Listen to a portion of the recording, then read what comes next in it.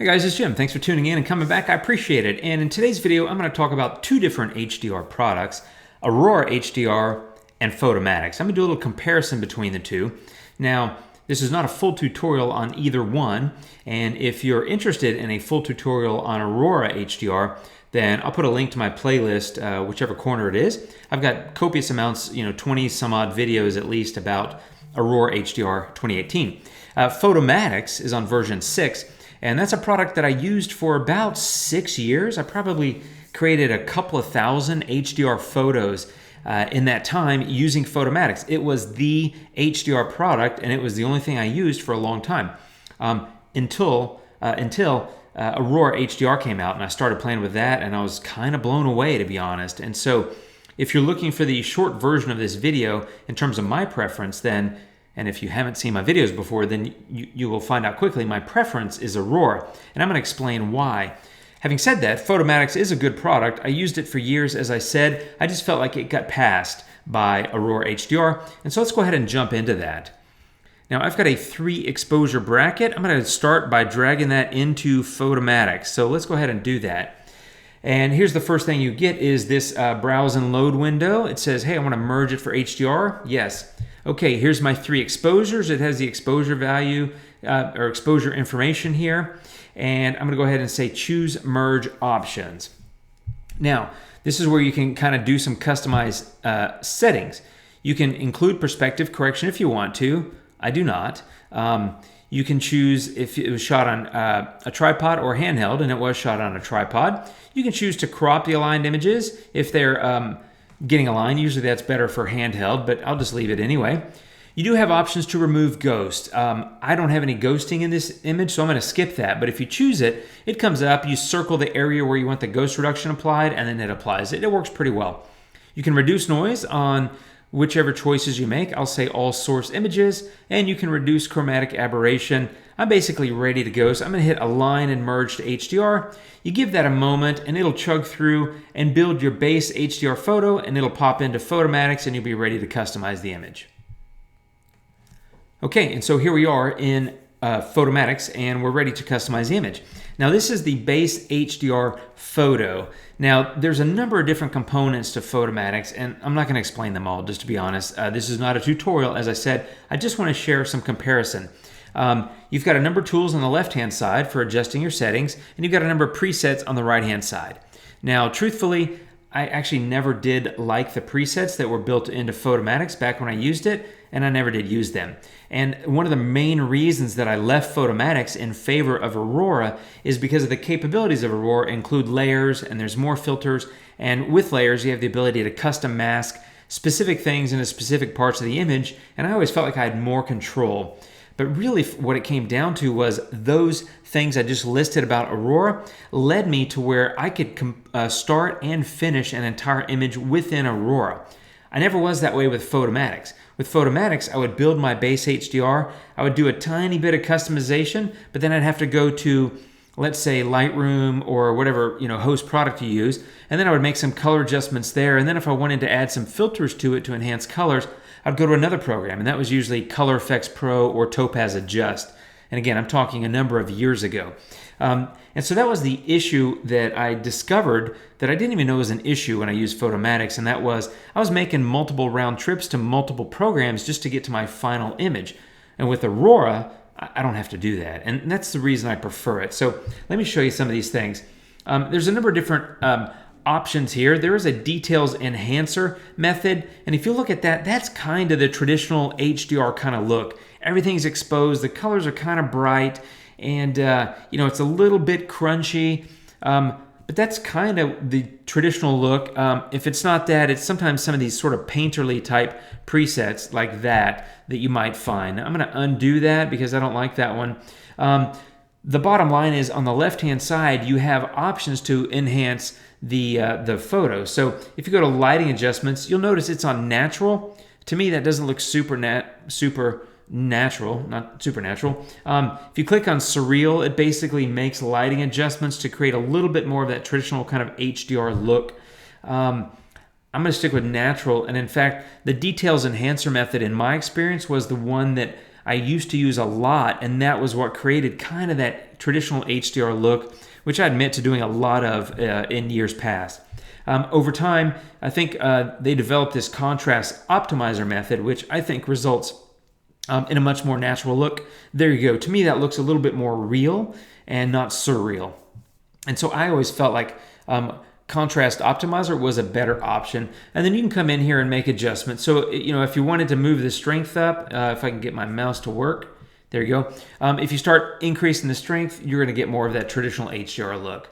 The point is you have the ability to be flexible and to make some adjustments here that will allow you to customize the look of the image. However, you don't have the same number of filters as Aurora. You don't have the same amount of control. You don't have layers. And I'll show you a couple other things that kind of bothered me about Photomatix. Again, your final output is not bad. And in fact, many times it's quite good. It's just that, in my opinion, because you have to make multiple round trips, you end up having to have several products to start and finish an HDR with, whereas with Aurora, you can do it all in one. Here's some color settings. This is basically what you would know as HSL, or hue, saturation, and luminance. You can come in here and choose a particular color and then adjust it accordingly. You can even use the brush to brush it in selectively into the photo. Again, not a tutorial. I'm not going through all this in detail. And of course, you can blend one of your other exposures with your base HDR. Now, you can do all of that in Aurora as well. I'm just pointing out sort of how this works. So let's say you're happy with this look, and to me that looks, the green's a little neon and kind of hyper, for lack of a better word, but you can tame that. You can tame it a little bit here. In fact, I'll just go ahead and do that. Let me go to green, and I'll take the saturation down, and I'll take the brightness down, and that ought to help a little bit. But the thing is that green has also got a lot of yellow in it. And I would have to start getting into this brush and using the yellow and then brushing that yellow in just to the grass. So in my opinion, it's a little bit more work in Photomatix than it is in Aurora to do these things.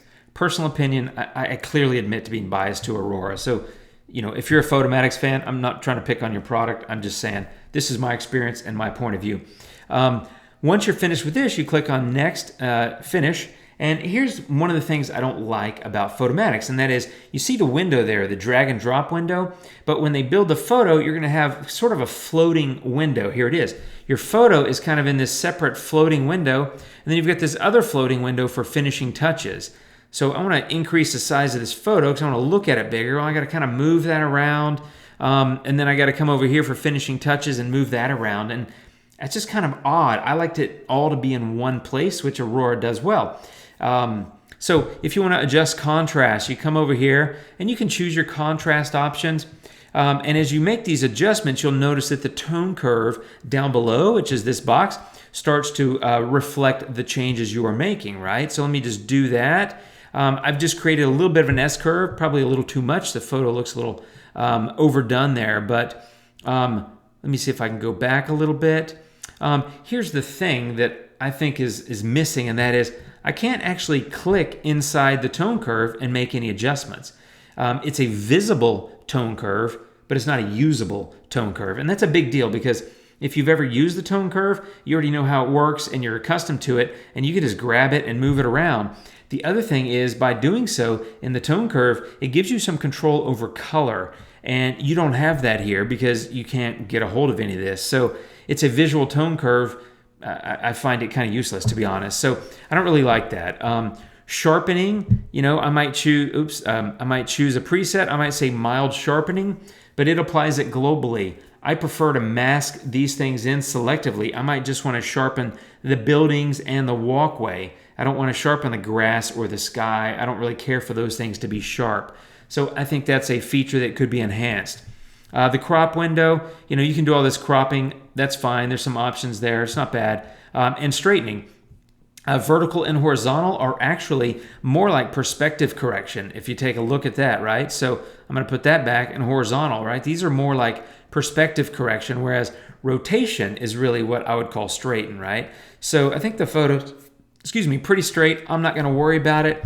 But there we go. That's that's a photo, and then you just say done, and that window disappears, and your final photo is still here. Now, I still have that other floating window, and maybe it stays open because you might want to save this and then go back and open another round of brackets and merge to HDR. I don't know.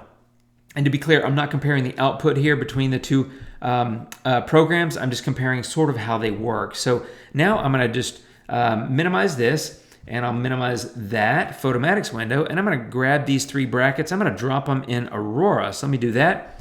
And let me show you how you merge, go through the merge process here. Let me full screen this. Okay, so here you have alignment. I don't really need it because it was shot on tripod, so that's the same thing. Alignment, check that if you shot handheld.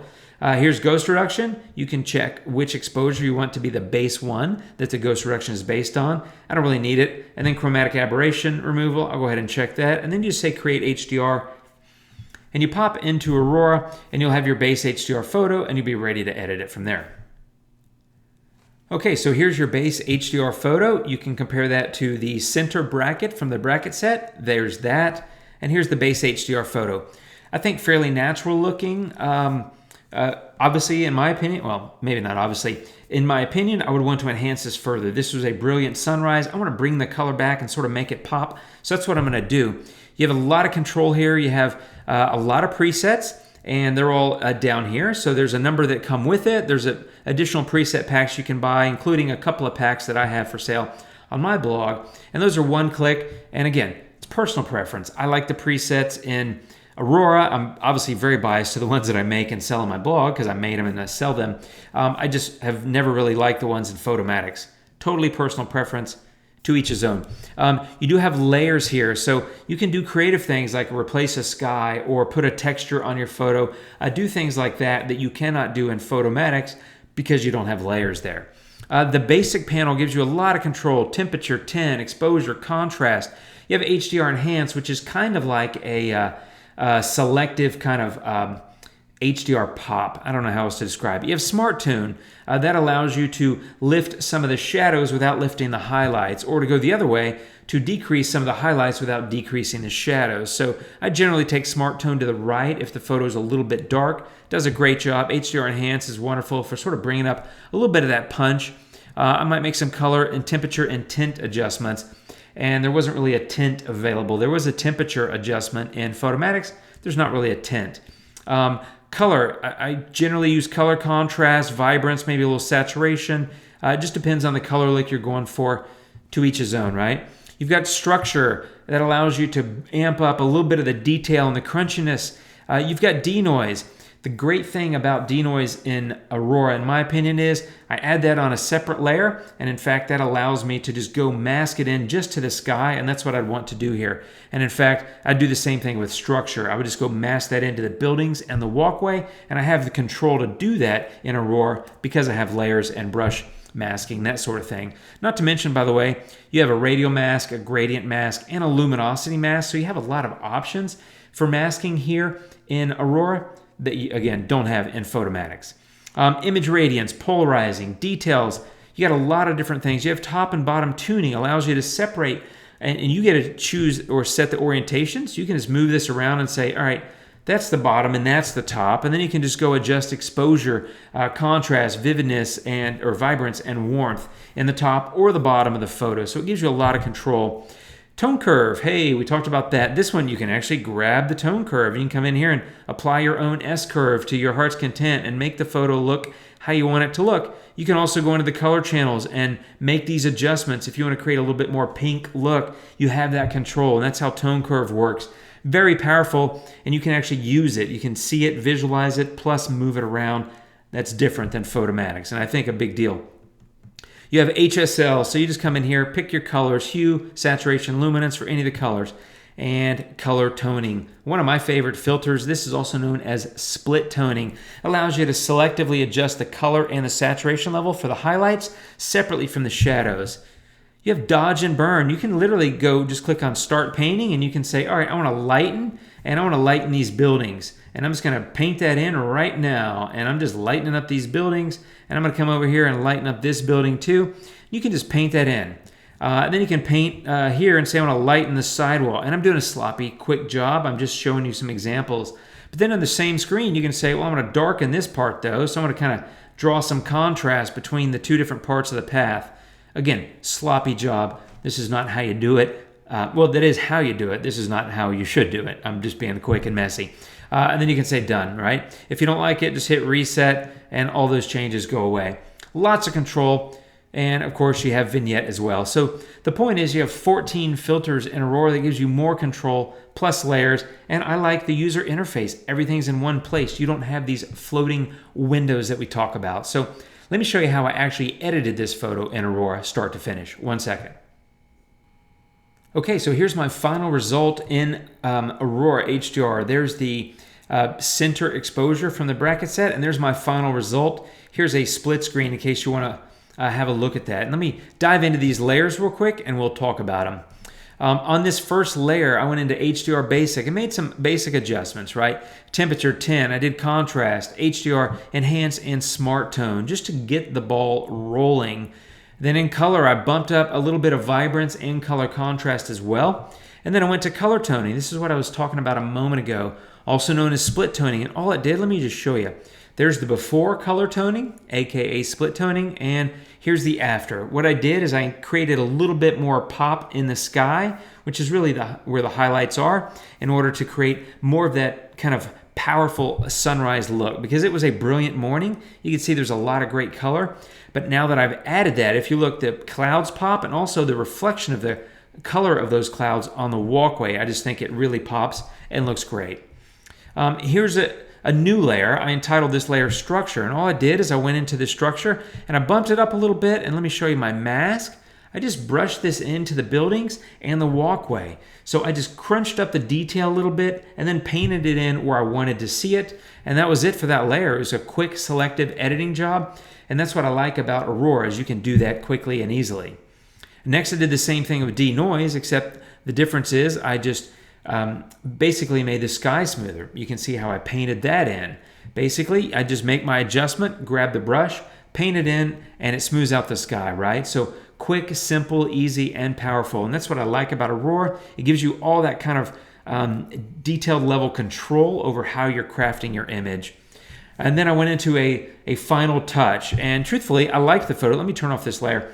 I like the photo like that. And so I'm totally happy with the photo like that, to be honest. But sometimes I like to add a little final touches and give it a little bit of oomph. And so I added one last layer, and I just went into basic and made a tiny bump in temperature. I went to color and made a tiny bump in vibrance and color contrast. Added a little bit of image radiance, added a little bit of glow. Let me show you glow. I'm going to turn that off. If you look at the sky, the clouds and the shape of the sky, or the shape of the clouds, is a bit more visible. With glow, it kind of blows it out just a little bit. It's a soft glow, and I wanted that because the sun was rising behind that building on the right, and generally it's going to give off kind of that glow. So I like to use that effect. I think it goes a long way. Top and bottom tuning, let me turn that off. The foreground was a little bit darker. I just brightened it, added a little bit of contrast to give me a little bit more pump there. And then HSL, let me turn that off. I basically did a little bit of control over the greens in the grass and the blue in the sky. And there we go. And that's my final photo. So here's the before and the after. And one more time, a split screen. And that's a start to finish edited photo complete in Aurora HDR. My opinion is, in Photomatix, you can make beautiful photos. I see them all the time. A lot of people use it. There's nothing wrong with the product. I always felt like, and I think many would agree, that you get as far as you can get in Photomatix, and then you got to go somewhere else to add, to make detailed color adjustments, or customized noise reduction, or customized structure and detail enhancements. And I just found that became tedious when I can do it all in Aurora. So that's why it's my preference. Everything's here. I also like it's a clean UI. I don't have these floating windows where some boxes are here and you move them around and all that. This feels like more modern software to me. So I like the UI better, layers better. There's more filters, there's more capability, more control, and that's why I like it better. So I'm trying to be unbiased. I'm not unbiased, but hopefully I'm reasonably objective here in terms of comparing the two products. I'm certainly open and welcome to your feedback, and I'm not a master of Photomatix. I was really good at it for a long time, but admittedly, I don't use it anymore. I spend all my time in Aurora. So if I left some things out, or you want to point out something I missed that's a key benefit of Photomatix, by all means, leave me some comments down below. If you would be happy to, I'd love it if you subscribe to my channel, like the video, comment, and share it with your friends, that sort of thing. If you have any questions, let me know. I'll do my best to answer. And I hope you like these kind of comparison videos. They're fun for me. They always cause me to learn. And I think it's important as an artist to go back and look at tools, or maybe to go forward and look at tools you've never looked at, because you never know what's happening out there. And it's important, I think, as much as I love Luminar and Aurora, I continue to look at other tools because I want to make sure I'm not missing something that maybe I really need, or maybe I just like it and 5% of the time might want to apply whatever effect it may be to my photo. So I continue to look around, and I'll continue doing comparison videos. I hope you get something out of it. And if you don't, thanks for watching anyway, I guess. So that's it, my friends. I'm done here. I appreciate it very much. Hope you have a great day. Thanks for watching. Take care. Talk to you soon, and adios.